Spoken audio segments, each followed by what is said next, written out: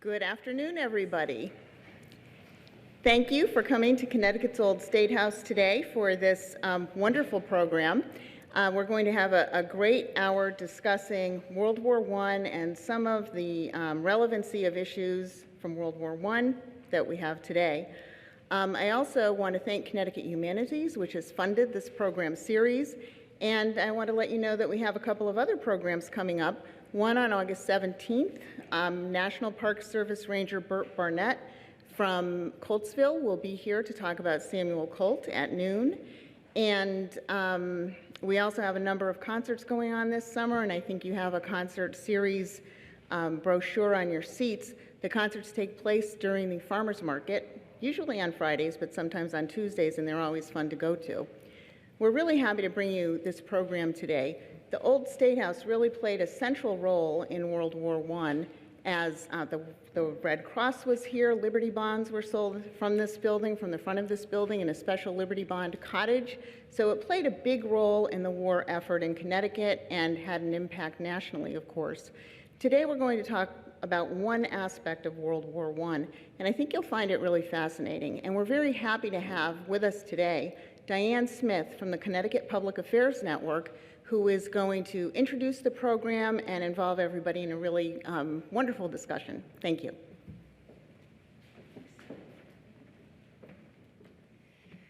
Hi, everyone. Good to have you here.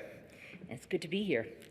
An army marches on its stomach is a remark that has been attributed to a few different people, but primarily to the French general and emperor Napoleon Bonaparte, who waged his Napoleonic Wars across Europe in the early 19th century. I should mention that when I was Googling information on that phrase, an army marches on its stomach, I saw a conversation thread online, and someone actually wrote, literally? No, I don't think literally they marched on their stomach. I could be wrong, I wasn't there, but Napoleon was very concerned about feeding the troops. In fact, he offered a reward to anyone who could devise a method to preserve food, preserve rations, to feed the troops, because they often had to buy or bring their own food, and sometimes they had to forage for edibles, and sometimes they resorted to eating whatever they could find, which occasionally included their own horses. Now, a little over 100 years ago, the United States entered World War I, and American citizens were asked to help feed the troops on the faraway battlefields. The people of Connecticut stepped up, not only by growing surplus crops that could be used by the military, but also by changing their own eating habits to conserve food. Our speaker today is going to illustrate that faculty at Connecticut Agricultural College and other instructors gave demonstrations on food conservation in cities and towns across the state, because people believed that food management and crop management was vital to winning the war. Our speaker today is Allison Horrocks, who is a public historian. At Trinity College, Allison earned degrees in history and American studies, and she pursued a PhD in history at UConn. In addition to teaching at UConn, Allison has worked at numerous house museums and historic sites, including the Preservation Society of Newport County and Mystic Seaport. Allison now works as a park ranger for the Blackstone River Valley National Historic Park, a unit of the National Park Service. So please welcome Allison Horrocks.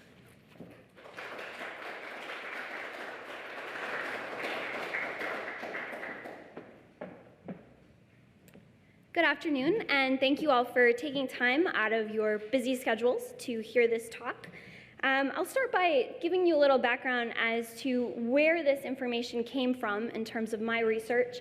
So my dissertation was on the history of home economics, which a lot of people call casually home ec, and is something that most of us think of as a secondary school subject.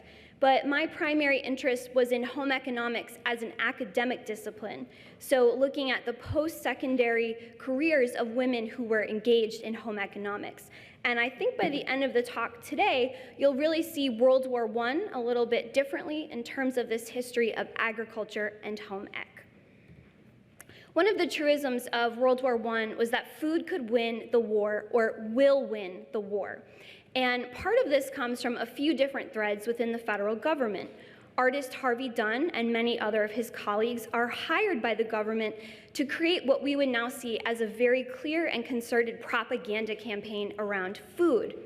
The US Food Administration was headed by Herbert Hoover before he was president, and he was known as kind of a czar of food for the time period. The idea that food could win wars was not new or unique during World War I. As Diane Smith just mentioned, Napoleon and many others knew the importance of food to winning a battle. Now, what sets World War I apart, in part, is the scale to which people in the United States changed their eating habits and sent food all throughout the world as part of their piece of winning the war. You'll see on the propaganda poster on the right, there's this mission to, on the one hand, eat less food within the United States and eat different foods, and also send food overseas, not just to Allied soldiers, but also eventually to refugees. Now, a few years ago, there was the whole kind of kerfuffle over freedom fries and that whole conversation, but the original freedom fries actually date back to World War I, when people weren't calling them French fries. There was a cause to become potatriots. This idea being that you would be, thank you for laughing. I will tell you that seeing this poster at an archive in Kansas City totally intrigued me, and I happened to get an email from someone at the University of Connecticut asking me if I'd like to talk about home ec and World War I in 2014 for the beginning of the centennial of the war. And I said, my goodness, you asked either the best person or the worst person, because here's a lot of information. But this poster actually still hangs in the cafeteria of the National Archives in Kansas City, Missouri. And the idea being, eat potatoes, be a patriot, change your eating habits to help win the war. Now, part of what I'll be talking about today is folks who were deeply invested in winning the war through food conservation and creating a food surplus. And the folks I'll be talking about today were outwardly devoted to this cause. I don't want to give the impression that the entire state of Connecticut went with the war immediately. All sorts of local newspapers, including the Hartford Current, have stories through 1917 about people who are resistant to the war. In fact, Woodrow Wilson runs on a campaign to keep the United States out of the war. Now, something fascinating happens once the US officially enters on April 6, 1917. The passionate cooperation described here is a phrase that comes from Randolph Boehm. Randolph Boehm was an activist. He was avidly against the war. Boehm and other prominent figures like Jane Addams, who was a social worker from Chicago, are going to come out against the war very fiercely and very strongly, and they will pay a huge price for this professionally. There is a major backlash against people who speak against the war. The pacifist voice is very difficult to find even in archives today. Part of this is there is simply a flood of information on people who did support the war. The passionate cooperation that Randolph Boehm describes is not something that excites him. He is seeing people who seem to have pivoted very quickly to embrace a war that he thinks will not actually have many gains for Americans. You see through groups such as the YMCA, the Red Cross, which was previously mentioned, people mobilizing in so many different ways. They're saving paper, they're sending paper, they're making rags. They are doing all of these multitude of things to support the front. But I'm going to argue that within Connecticut, food has this really important role in how we understand participation. And part of that goes back to Connecticut's 19th century history. Wilbur Olin Atwater was a scientist in Connecticut, and he taught chemistry at Wesleyan. Now, how many of you have ever counted or heard of calories? So whether you are happy about that or not, we have Wilbur Owen Atwater in part to thank for the history of the calorie. He did not precisely come up with the concept, but he invented a respirator calorimeter, which could help to discern how the body processes food in terms of heat. He's a chemist. This is all happening between his laboratory in Wesleyan and the store's agricultural station. The chemistry laboratory at Storrs was founded in the 1890s. Initially, UConn, which was formerly the Connecticut Agricultural College, was not the state's land-grant college. There was a huge kind of grab within the state of Connecticut. Yale Sheffield School was potentially going to be the land grant. Wesleyan put in a bid, but eventually Storrs became the place where agriculture would be studied and given both federal and state monies. This is why Atwater is working with people in Storrs. Storrs, Connecticut is where people are doing research on nutrition, agriculture, the chemistry of food science. These are just some more views of the college around that time. Now, why is this so critically important?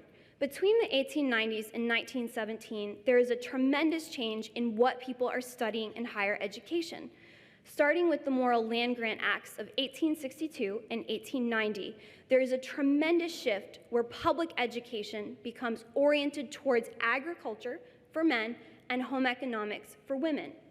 The first professional courses, they were called Farmers' Wives Reading Courses, originate at Cornell University, where there's also one of the first colleges for women to study home economics. Here in Connecticut, women start studying this also in the late 1890s.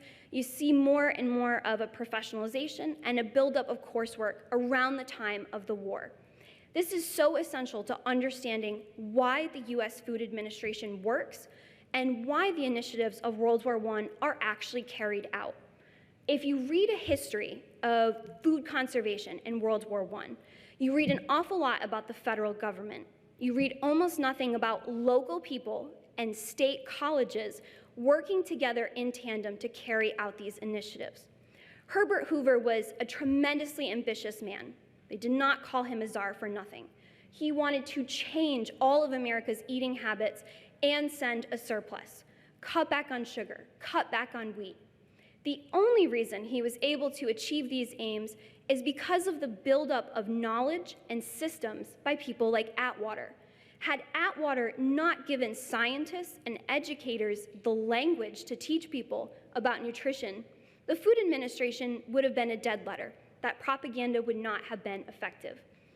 At the Connecticut Agricultural College, between 1917 and 1919, you see this tremendous culture change. You see lots of young people coming to the college for what they would call a short course, kind of a temporary course where you learn a specific skill. You also see people learning this new food science. It's new to them.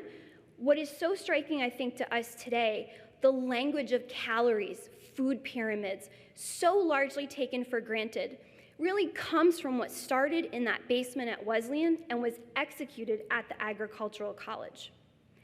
Had these things only been happening at the Agricultural College or only in Atwater's lab, we would not be talking about them today. People in home economics and agriculture at state-funded institutions were charged with spreading their knowledge. They were charged with going out into communities and educating others, arguably the same thing that happens in this space today. Home demonstration is not the best word always for what they were doing. Home demonstrations might take place in a private domestic sphere, or it might be at a church. It might be at a public space like a grange all throughout Connecticut. You have movable schools all throughout the United States. These are particularly prominent with historically black colleges where there's very little access and it might be difficult to get to an institution of higher education. Tuskegee is best known for really pioneering the movable school, but we have these happening in Connecticut as well. So in addition to individual home economists and agriculturalists going to public spaces like we see here, they literally bring schools with them, so they bring their information to the public. Now, as part of this education campaign, they're teaching people how to can their food, how to save some kinds of food to get through periods of scarcity, but also how to create that surplus to send over to soldiers.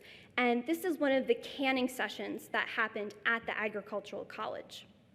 What I find so striking is we have a decent amount of these pictures of what people were doing, but we have scrapbooks also at the University of Connecticut today, which give us this much greater glimpse into the range of work. You have ultimately thousands of these kinds of sessions taking place, whether they are just a few people or large groups, people really choosing to invest the time in these initiatives. I don't think we know nearly as much about these as the work of the Red Cross or the YM or YWCA. A lot of this agricultural history doesn't tend to be brought to the forefront, but the propaganda of the period and the state and local records highly emphasize this work. Now, part of the pleasure of looking at agriculture and home economics is you get to study people of all ages. It wasn't just grown adults who went to the agricultural college. Young people were absolutely expected at almost any age to take part in the war effort. The first corn club was started in Mansfield, basically adjacent to the agricultural college, and these were basically competitive groups to get young men and sometimes young women invested in growing lots of corn. This is all happening right before the war, which will be tremendously useful when the war starts. 4-H is an incredibly important piece of this. 4-H is essentially an arm of the Extension Service, to put it simply. The Extension Service is this piece of the government which brings experts in science, things like home economics, out to the public to educate them. And 4-H is where you get youth invested in these kinds of training. Around this time, there's a motto being circulated by 4-H. We could argue another kind of propaganda, and that's to make the best better. And we see this circulating all throughout these kind of agricultural projects. They want these young people growing more food, of higher quality, in more places. They want them competing. We have all these records at the University of Connecticut. They are tallying, they're counting up the value of what young people contribute to the war. So this was not a highly abstract process for them. It was competitive, it was explicit, and their contributions were definitely rewarded. Highly recommend, the Dodd Center has a wonderful presentation with lots more of these pictures, some of which were colorized, but just notice the uniforms. These are not people who think that their work is at all detached from the war. They're basically militarized in their own way. Here are some other young people coming to the agricultural college to learn. And then, of course, farmerettes. Many more people know farmerettes from World War II, but these are women farmers. And I found something really striking when researching farmerettes in Connecticut.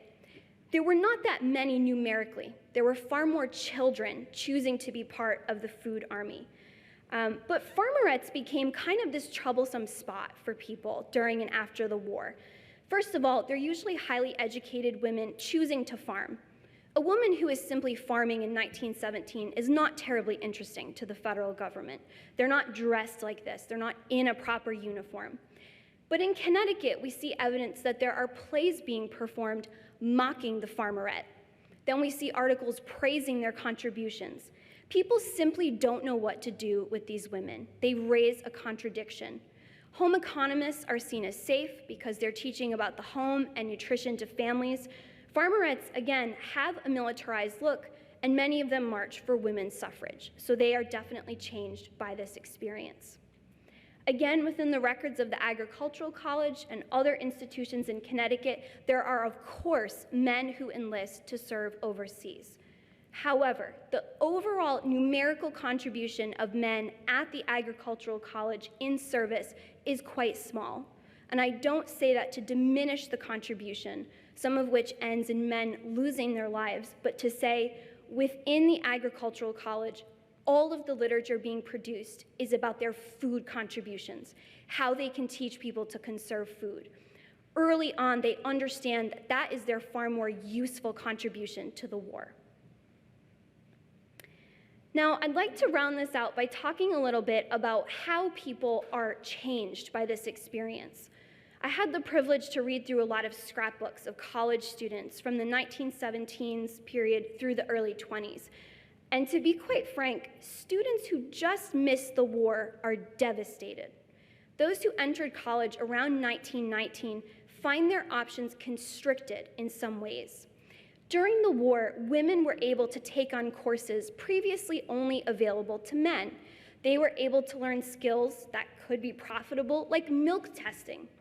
Maybe that doesn't get your goat today, but it was very thrilling for the women who got to do it. They're entering new domains within college campuses. Here we see Grove Cottage, where women are learning home economics, and we see the propaganda posters directly in back of them.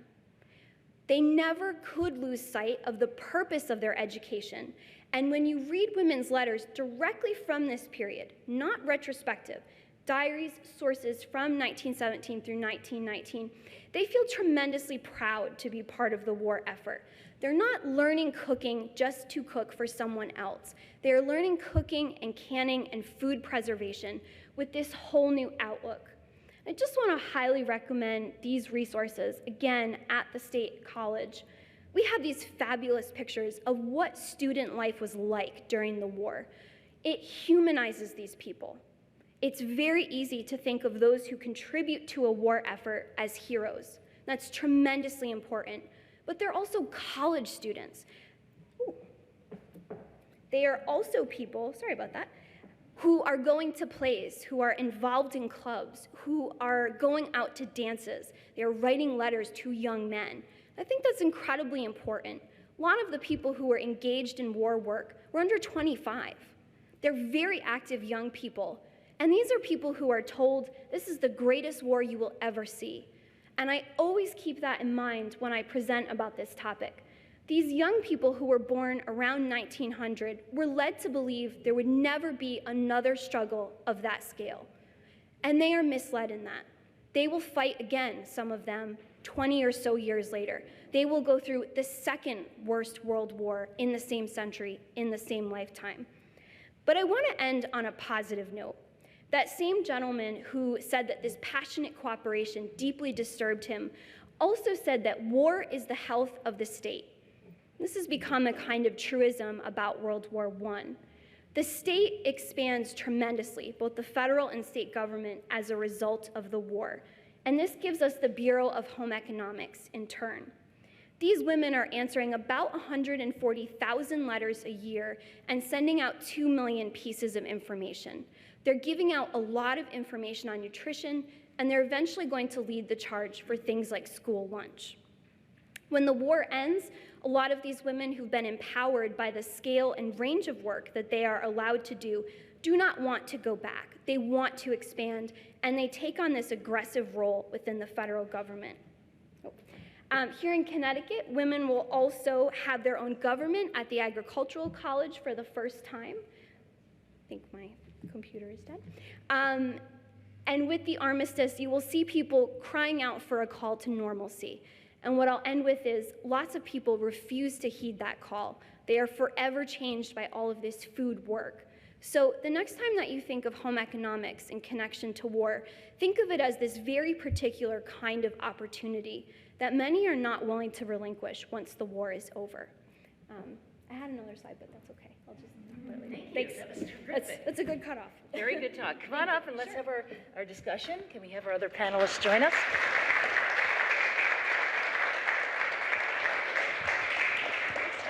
It was very interesting, really good. I particularly like the farmerettes. Oh yes, and I did like your headline from the paper, Massachusetts girl tries man's work and likes it. Man, imagine that. So joining us now are Rebecca Boehm, who has appointments to both the Rudd Center for Food Policy and Obesity and the Zwick Center for Food and Resource Policy at the University of Connecticut. Rebecca's research focuses on how public policy can be used to increase demand for nutritionally superior, affordable, and environmentally sustainable diets. At the Rudd Center, Rebecca evaluates programs and policies designed to reduce sugary drink consumption and to improve school feeding programs. In her work with the Zwick Center, Rebecca conducts research on dietary sustainability and nutrition, the impact of healthcare policy, and the economic viability of agriculture and local food systems in Connecticut. Her PhD is from the Friedman School of Nutrition, Science, and Policy at Tufts, and thanks for joining us. In the center is Miranda Muro. She is the Director of Policy and Program Impact at Foodshare, which is the Feeding America food bank serving Hartford and Tolland counties.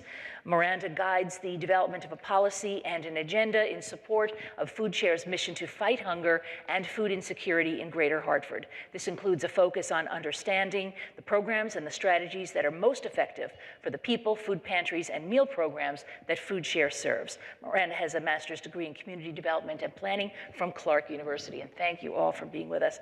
Rebecca, 100 years ago, the focus on food conservation was, as we heard, to feed American troops and eventually refugees. Why should we care about conserving food today? Yeah, it's a great question, and I didn't immediately make the connection to Allison's topic, but when I started thinking about it, the connection to what you're talking about and the war effort is really, to me, about environmental sustainability. So as we think about climate change, all of our food choices, actually in particular, have a big impact on greenhouse gas emissions. The food system also has other impacts on the environment, and so to me, really, the connection is that by changing the way we eat, we can actually help the effort to combat climate change and other environmental issues. You said that there's a two-way relationship between the food system and the environment. Would you tell me what you mean by that? Yeah, so as I said before, our food choices contribute to greenhouse gas emissions. So some foods are very carbon intensive, beef in particular, and other foods have a larger carbon footprint than others. And also the food system contributes to air pollution, water pollution, and all those things. But at the same time, climate change affects the growing conditions under which we can produce food. So a stable climate is essential to continuing to grow enough food for all the people in the US and globally. So really, we can contribute to climate change through our food choices, but then also climate change itself and other environmental issues affect our ability to grow enough food to eat. Miranda, how much food is wasted every year, and what do programs like Foodshare do to try to prevent that waste? Very good question. So around the country, there are billions and billions of pounds of food that is wasted before it even reaches people's homes. And what food banks like Foodshare do is we work with the food industry to recover that food. So instead of sending it to the landfill, we process that food and we distribute it to food pantries and community kitchens. A lot of that food is perfectly good to eat, but it doesn't meet a certain standard. The cauliflower might be a size too large for them to sell in a grocery store. The pasta sauce might say it has oregano in it, but there's no oregano inside it, so they can't sell it. It's met its sell-by date, but it's still perfectly good. So that's the kind of food that Foodshare and other food banks like us around the country, we rescue and we get it to people who need it. What about all the waste that the consumers do? Once the food is in the house and in the pantry and in the refrigerator. Yeah, there is waste on that end as well, and those are all things, especially the people we serve at Foodshare, food insecure people. People are very mindful of how can we stretch our food as far as it can go. So making sure that people have that information and tactics to stretch food is really important. It strikes me that the way most of us shop contributes to food waste. I have a sister who lives in Paris, and she shops the way people used to. On her way home from work every day, she's picking up food they need for that night and the next day. So they use what they have because they're not projecting way ahead, oh, maybe I'll make this next Thursday, right? They're thinking, this is what I'm having tonight, this is what we're gonna have tomorrow. Whereas when we shop, we might say, oh, sometime next week we'll use this, and then you never get around to using it. So how do you help people avoid that? And I guess that's home economics. Well, I guess I would turn that to making sure that people have choice to get the food that they need. A lot of the people we serve are getting food at food pantries, and they get the food that the pantry has to offer. And we work hard to make sure that there is choice in that pantry setting, and that they do have access to programs like SNAP, food stamps, so they can go to the grocery store and make those choices and get the food that they need. Allison, I think that some of what I'm thinking of with food waste at home may have to do with the fact that people don't take home economics anymore. It's not really offered at the secondary level or in colleges to a great degree. Yes, so most people know about the diminishing of home economics at the secondary level because there were large court cases brought about that through second wave feminism, because home economics was typically at the secondary level only for women, and shop and trades were only for men, so it was not equally accessible. Part of what I study is the extent to which in higher education there were actually men in home economics, so it was not quite as siloed as we might imagine. But home economics has not been nearly as prevalent as it once was since the 1960s. And part of what I was really keen on finding out was, first of all, how did that change happen? But also, why is there such a cultural resistance to seeing the value? And I think there are a lot of explanations for it, but some of the findings that came out of home economics and early agriculture are not seen as intellectual work. They are not valued by modern universities today. And quite unfortunately, at the federal level and within many land-grant colleges, nutrition and agriculture have been paired together, and that's highly problematic. People teaching you how to eat correctly and people working for agribusiness should not be paired together. There should be people who are apart, who are trained to talk about nutrition. I think, unfortunately, we devalue things as a culture that aren't pure subjects or aren't liberal arts subjects. And people in home economics were trained to translate. They knew the chemistry quite well, but they knew how to teach it to someone who maybe had no schooling whatsoever. And I think, unfortunately, that educational piece has been far too devalued. And now we're in this situation where we all have some vague sense of what a calorie might be, but really don't have any of the cultural understanding that a home economist would have had 70 or 80 years ago. I think they'd be astonished by how much information we have access to and how poorly we understand how to navigate it. It's quite the opposite of the situation they were in. Really interesting in Allison's talk about how the university was so directly involved during the war effort. But Rebecca, you're appointed at two separate institutions that are housed within UConn. Talk a little bit about how those are involved these days and how the college, so I would say how the colleges are involved in this whole issue about food and food conservation.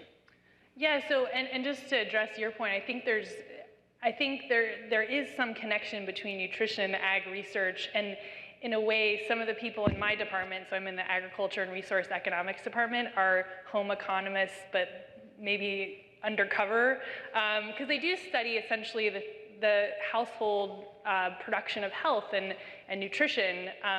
So I think they might be disguising themselves, but in a way are hearkening back to those old home ec type women who are studying that. But to answer your question, I see my department and the College of Agriculture in general working on issues from an economic perspective, at least in my department, of how do we make sustainable agriculture and thus conservation of food feasible for agricultural producers? What are the impacts on policy? What kind of policies do we need to support a more sustainable food system? And then my research kind of bridges the two. So it bridges the nutrition agriculture pieces and looking at how do we get consumers to choose those more sustainable, conserving type diets? And then what kind of agriculture would support those kind of diets, and is that affordable to all people? What impacts on nutrition does that have? So it really brings all those pieces together and is very similar to what people were focused on during the war effort 100 years ago. So it's really striking to me, the kind of parallels. I think it's interesting. A couple of years ago, I wrote a book about the obesity crisis in America and did some work with the Rudd Center on the work that they're doing to try to fight that. And one of the things that I learned is that obesity rate in the country has risen almost exactly on the same curve as women going to work and the end of home economics and teaching home economics. So it strikes me that there is an argument to be made that part of the reason for obesity is that the generation now never learned how to cook. And mothers who went to work didn't have the opportunity to cook fresh food the way their mothers did, or the way they did before they worked. And so that leads me to think we need to bring home economics back at some level. Rebecca? Yeah, I mean, I think time is the key. We talk about food costs, but I think another key issue is having the time to prepare a meal. And there's starting to be efforts to address that, at least research-wise, and there is a large body of research on that topic. And there's new kind of businesses that are focused on the time issue, like these home delivery kits and things like that. But I think you're right. I think cooking, learning to cook with fresh foods is certainly a skill that would be a benefit to people's health and their nutrition. And potentially to changing the way people eat and eating a more plant-based diet that's lower impact on the climate, on the environment, things like that. So absolutely, it's a challenge and Someone needs to be an explicit home economist or Department of Home Economics. Not undercover. Yes, exactly. Miranda, when we talk about a food system in Connecticut, explain what that actually entails. What does that mean, and where is Foodshare's place on that? So Foodshare, we are the regional food bank that serves Hartford and Talon counties, and our role is we serve as the link between food industry and food pantries. But there are a lot of other pieces at place with the food system. We're all part of that food system. Consumers, eaters, growers. But from the food bank perspective, we work with local farmers, manufacturers, retailers, grocery stores to get that surplus food. In your speech, you were talking about how through the war effort, really, it was local communities pulling together, and that's exactly what we see in food banking. Foodshare and food banks like us could not operate without local people coming together and thinking of creative ways to recover food. We have over 200 volunteers who go out to their local grocery stores, pick up and fill up their cars with food and bring it to their pantry down the road, who are doing that for us. So I would say it takes a whole community coming together, and we all have a role to play in this food system. I noticed when I was doing some research on your website that there are programs now springing up around the country, and I would imagine some parts of the country more than others because of climate, that recover produce or fruit, in fact, that would have been wasted because someone has a lemon tree in their yard, but they have it there for the beauty of the tree, not because they're using the lemons. So people actually go, with the permission of the owners, and pick lemons, limes, whatever, and then take those to food banks. Yeah, absolutely. We work with actually farmers throughout the country to recover produce as part of our partnership with Feeding America.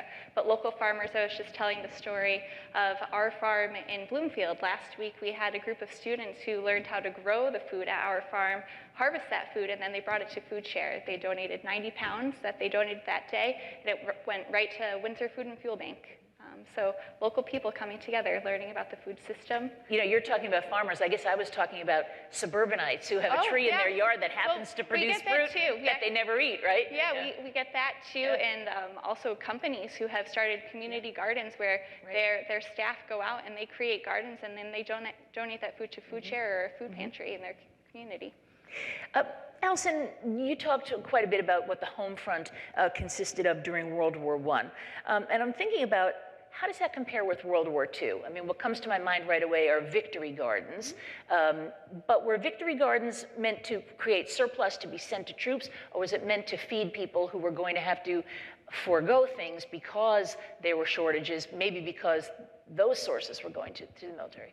It is a bit of both. Yeah. And so part of what I found really striking is I found when I was doing my project, which I wanted to start in the 1920s, that was an error because I needed to understand what happened during World War I. I kept finding people during World War II and in the 1930s hearkening back to the foundational experience they had working during World War I. And then I found something sort of striking, troubling, depending on your perspective. They literally reused the same slogans for World War II that they had articulated in World War I. So women working for the Bureau of Home Economics, many of them were all women of the same age. They had all gone to college during World War I or trained during that time. They literally used the same slogans. So the connection is explicit, it's direct, and it's actually the same historical actors carrying out the same kind of program. And I found a kind of tragedy in that because these are people being told that this is the greatest war they'll ever fight. And then they're basically pulling out the old files from the filing cabinet and rewriting the slogans for a new cohort of young people. In terms of victory gardens, they're primarily to create a kind of safety net for individual families. The Women's Land Army, both in the United States and abroad, is much larger during World War II. But I think it's much larger in part because agriculture had become less the main norm for many people in the US. Again, there's nothing really that remarkable about a woman farming in 1917 unless she's a Vassar graduate or she's a college student who's opted to go and farm in a particular uniform. So it's the strikingness of these certain women farming that people care about more than anything. Much the same with Rosie the Riveter. Women had been doing heavy and ugly and dirty work for thousands of years, but women doing it in a certain costume in a certain context is thrilling. So it becomes propaganda for the US. By the way, if anyone has questions, please, Don, bring down the microphone. I'd like to roll the conversation back again to the World War I era and ask about the relationship between the home economics and the food effort during World War I to the industry of agriculture in Connecticut. It's my understanding that the agricultural school was started in the beginning because Connecticut agriculture was in decline. People were leaving the land. There was stiff competition from farmers in the West. So the idea was to create a kind of scientific agriculture that could compete.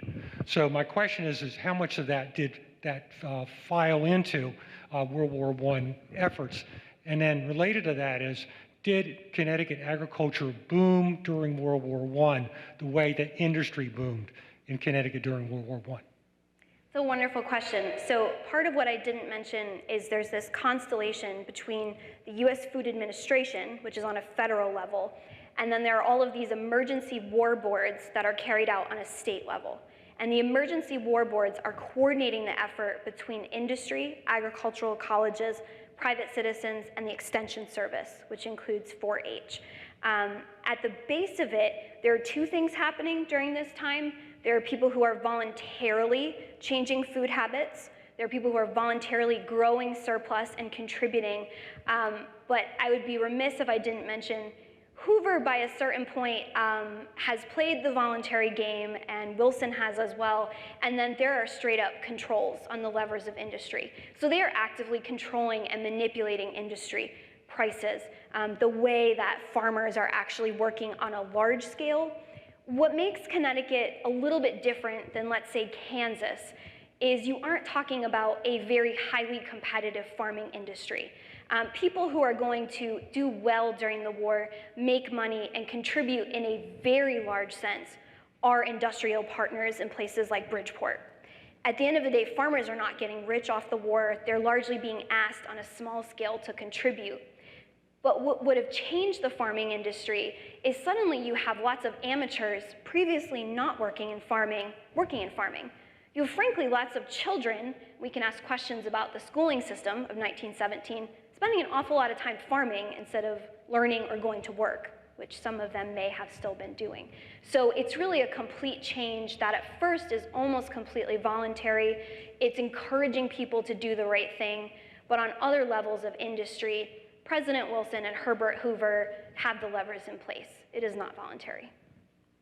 Other questions? If I follow up, the point of my question is that there was already a state policy in motion, and that was to try to revive Connecticut agriculture and make Connecticut agriculture more scientific.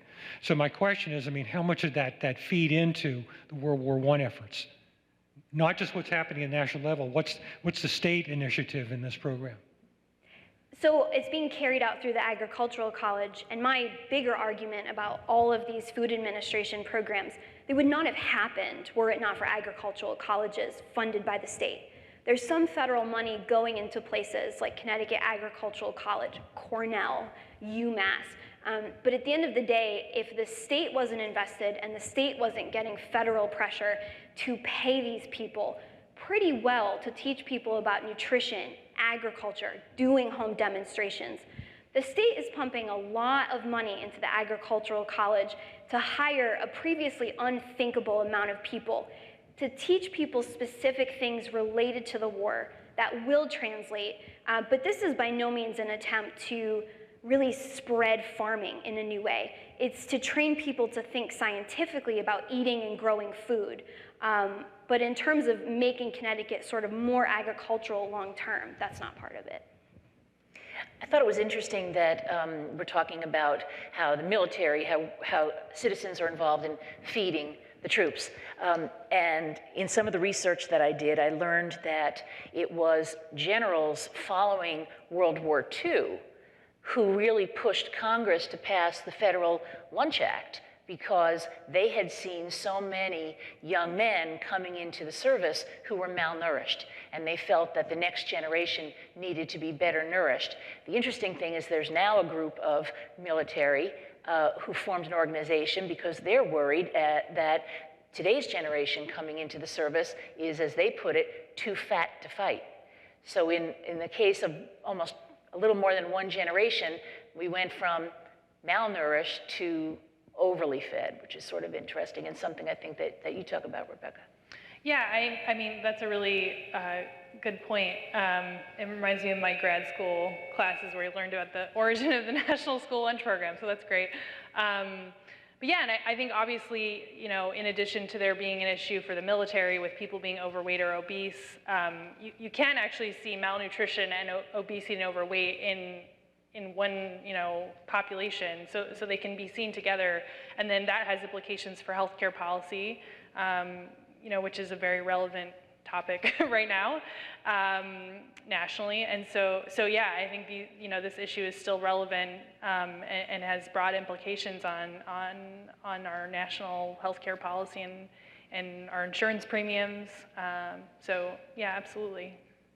Miranda, it always strikes me whenever I'm involved in a food drive that it's hard to believe that in one of the wealthiest states in the country, we need food banks, and that the food banks' role never seems to diminish in this state. Absolutely.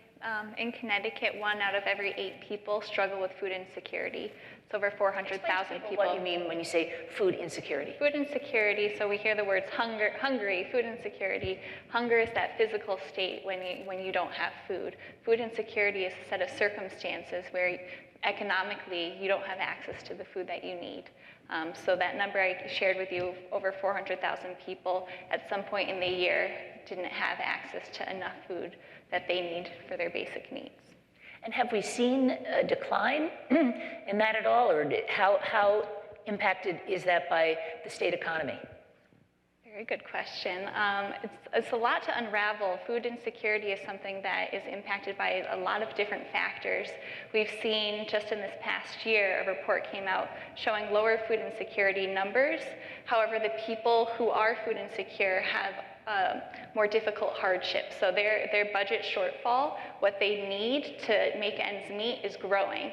So what that tells us is that even though the food insecurity rate might be going down, the people who are struggling even more. And I expect now with where we're at with our state budget and how everything is so tight, we're only going to see that increase. So it's time for us all to work together on this. Do we have any questions? Bill, right over here. Thank you. So I actually work with the Connecticut Food System Alliance, and I was really interested to hear your talk because what you were describing, Allison, was a shift in the culture with our relationship to food. And that's exactly what we're trying to do today with the Connecticut Food System Alliance, is change how we get food and the number of people who can get food, all of those things. So what I wanted to ask is really, how do we work now to shift that culture and change our food system? I don't really think that people conceptualize hunger and poverty as violence on the scale that war is, but hunger and poverty really are a systemic level violence. And it's tied to climate change. So conveying both hunger and climate change as that system of violence on the scale of a war, how do we get that sense of urgency back to change our food system to change our food system for all people to make it better? Who wants to start? You're all nodding. It's a big question. Well, my initial thought when you asked that question is that we need to raise awareness. A lot of people don't realize that people are struggling with hunger in every single town, every single community in Connecticut. It can happen to anyone. You could be living in a really big house, but something happens. You have a medical problem come up. You have to flee for domestic violence. There are situations that happen where people can fall into a circumstance where they don't have enough money to get the food they need. So I think raising that awareness, and that at Foodshare we work really hard. It's our neighbors. That's who we're trying to help. So I would say that's the first step, and it seems like a really simple step, but raising awareness. And how do you do that, though, when there's so many different things, so many different challenges right now in this day and age that we're seeing on the news? How do we get hunger at the headline? And also, hunger is something that's not obvious. You can't see someone say, oh, they're a hungry person, right? And we wouldn't want that to be the case. Yeah. I would say policy at all levels of government to address both, kind of the cultural piece of changing the way we think about food, how we think about our food system, our connection to agriculture, and then these broader issues of food insecurity and climate change. So, policies that kind of help people who live in poverty to eat enough food, like the National School Lunch Program, SNAP, which is formerly known as food stamps, all these things are really important. Safety nets for people to help them meet their food needs and to ensure that they have an adequate diet. And I think improving those policies, bringing in the nutrition component more than just the food security component is really essential. And then, of course, policies on protecting agricultural production from climate change and other environmental issues is key. And so I think awareness is important to getting people engaged in the process and so they know they understand what's at stake as a result of climate change and cuts to all these other programs. So it's policy and awareness, I think. Allison? I think that's a tremendous question, and I think a lesson learned from reading the papers of women who were home demonstration agents 100 years ago. They're coming out and proudly toting posters of how to save on food and how to eat less. And one of the sort of poster men of the movement was a businessman, and he's sitting down to a big lunch, and he is not a patriot. And they're walking in, and they're quickly realizing these are completely inappropriate to the communities they're talking to. They're going to small meeting rooms in Bridgeport, they're going to Hartford, they're going to Tolland, and they're meeting women who they find out are not there to learn how to conserve for the war, but to get by. And I think one of the lessons is we have to really value people who are engaged in communities and who are not siloed in towers by themselves. And I say that because as I was doing this study, I think STEM has become more and more romanticized. I recently read an article that a prominent athlete is putting tons of money, but only to STEM careers. The liberal arts disciplines and STEM are tremendously important. But one of the most prominent home economists said, we have science, we have to know what to do with it.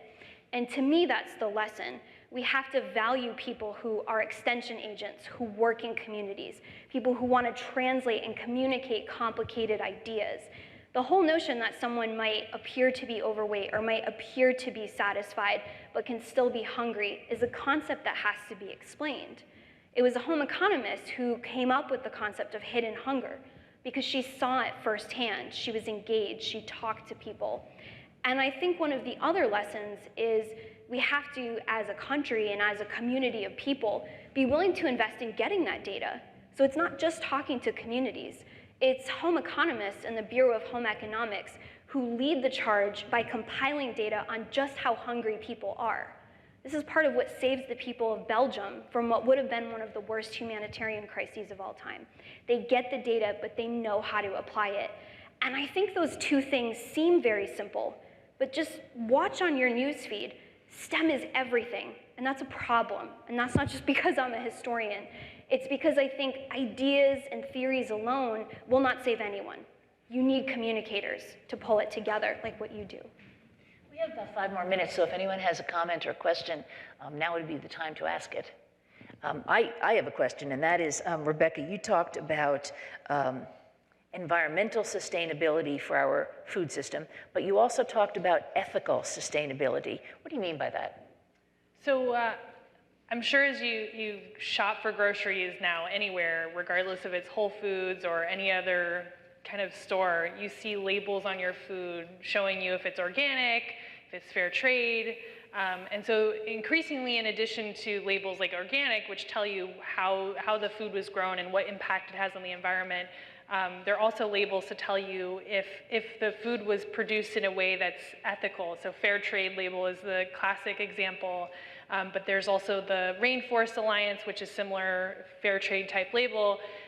Because in addition to wanting to know if our food has an impact on the environment, we want to know, does it hurt other people, especially in other countries that may not have the same regulations on wages or labor practices that we have, or other more developed countries. And so I think that's another component of thinking about conservation, or equity, thinking about how our food choices impact other people who produce it and get it to our plate. And those ethical issues are even a problem in the United States with farm labor, not to the extent that they are in other countries, but I think that's also a component here is about, conserving and protecting our environment and people, essentially. So. When you talk about carbon footprint of certain food systems and certain types of food, it struck me, we're used to having strawberries in December now. Those didn't grow here. They were flown here, right? Yeah, so the aspect or the local regional food system movement has really picked up in the US.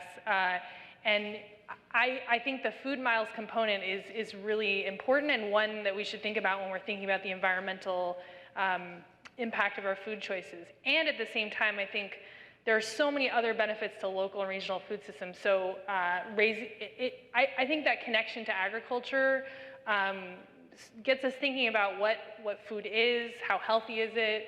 It gets us thinking about the environment kind of more generally when we're at our farm in Bloomfield and we're in this beautiful space, and so I think that, I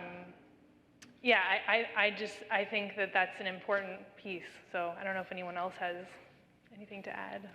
I think it's about time that we have to wrap up, so I just wanted to give each of you an opportunity to kind of make one last statement. I'll start with you, Allison. Oh, goodness. Oh, you're not a loss. You have so much more you need to tell us. You caught me. I just really wanted to say thank you all for coming out, and one of the last pieces I had on the slides was there's some really wonderful social media happenings around the centennial of World War I, and one of them is an account run by the State Library, and they are scanning and publicizing a newspaper article from every day about the war.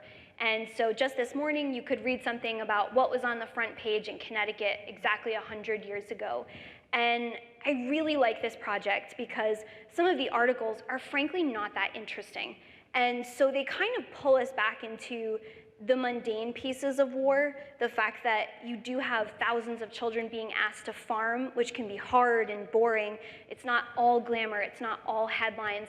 And I think that project is tremendously important to remind us of the people involved and to just think about the dailiness of this war. And we're currently engaged in several global struggles that are far longer than World War I. And I would make the argument they impact our kitchen cupboards very, very minimally. And just to think about that contrast from 100 years ago. And it makes me wonder about, the reluctance of a country to get into a war if every citizen is going to feel the impact, Right. if every citizen is going to have ration on gasoline and when they can get tires and when they can have food in the pantry, as opposed to today, unless you're a military family, you hardly feel it at all. How do people access that information, those articles? So it's Connecticut World War I on Twitter, and it's run by the Connecticut State Library, and it's from the Library of Congress Digitizing Project. It's really wonderful. Great. Recommend it. Great. Miranda? I'd like to thank you all for being here and for this great discussion today. If I can close with anything, I think it would be hunger is a community-wide issue. It's something that requires a community-wide response. So I challenge everyone in this room to think about what can you do to give back and help change things for our community. And you can learn more by looking at Foodshare's website. You can look nationally at Feeding America. There's a network of food banks that we work with. Thank you. Rebecca? I'm just thinking of the farmettes, because I just love that. That's something I learned today. It seems like the theme for me of that generation was engagement in their communities, in government, in the war effort. And so really I think some of these issues that we've talked about with hunger and the environmental issues in the food system is be engaged in your community, in your government, in your food choices, like every day, so. Well, thank you all for being with us. It's been a really interesting discussion. Glad to have you, and you'll be able to watch this program on the Connecticut Network or ct-n.com, and thank you for being here today. I'd like to thank everybody, Diane and our panel, everybody in the audience. I thought this was a perfect example of how the past can inform the present and hopefully the future. So that was just a wonderful discussion and presentation. I also just want to say that in 1643, the General Assembly established a market on this property And we still have our farmers market today, as I mentioned before. You can go on Tuesdays and Fridays, and if you go earlier enough or late enough, you might even be able to engage some farmers in discussions and learn a little bit from them, which I think would be interesting because they're all local farmers.